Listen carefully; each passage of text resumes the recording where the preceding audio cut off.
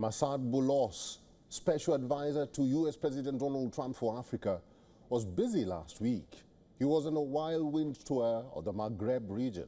The visit forms part of a broader U.S. initiative to redefine its engagement in North Africa and the Sahel. The diplomatic mission prioritizes conflict resolution and promotes a commerce rather than aid doctrine as Washington repositions its strategy on the African continent. Here's a report.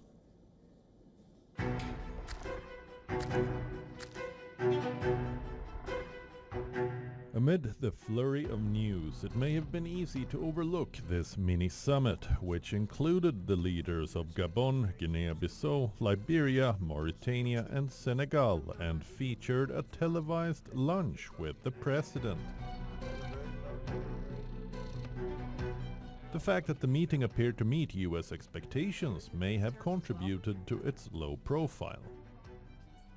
For the West African leaders present, however, it likely failed to adequately address their single most pressing concern: security in the Sahel.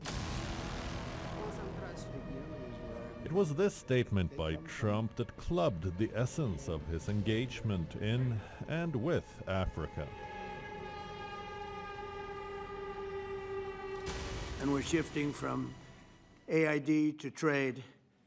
We had AID, or aid as we sometimes call it, right to trade, and trade seems to be a foundation that I've been able to settle a lot of these disputes, like as an example, India and Pakistan, Kosovo, Serbia.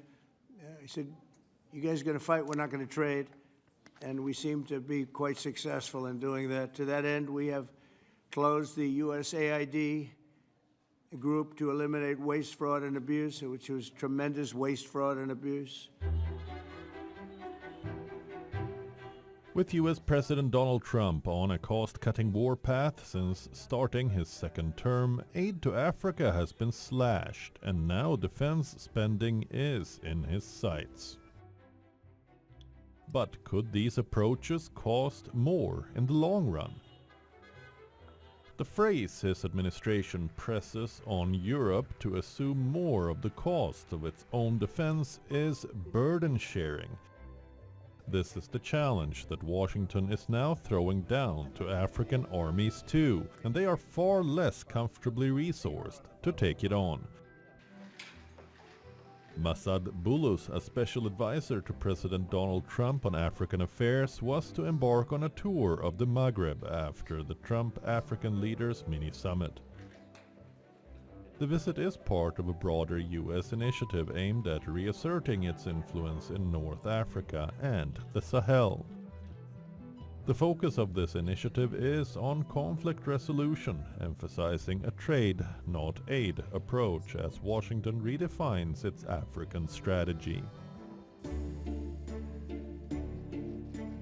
Bulos began his shuttle diplomacy with Tunisia, where he met with Tunisian President Kais Saied and Foreign Minister Mohamed Ali Nafti to discuss a range of regional and bilateral issues. President Saied instead showed Bulos images of starving children in Gaza during their meeting at the presidential palace in Carthage.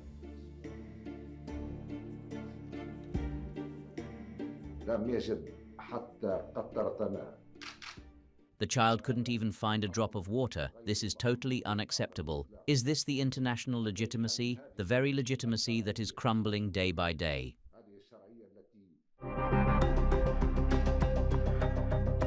He then headed to Libya, where he met Libyan Prime Minister Abdelhamid Dbeibeh.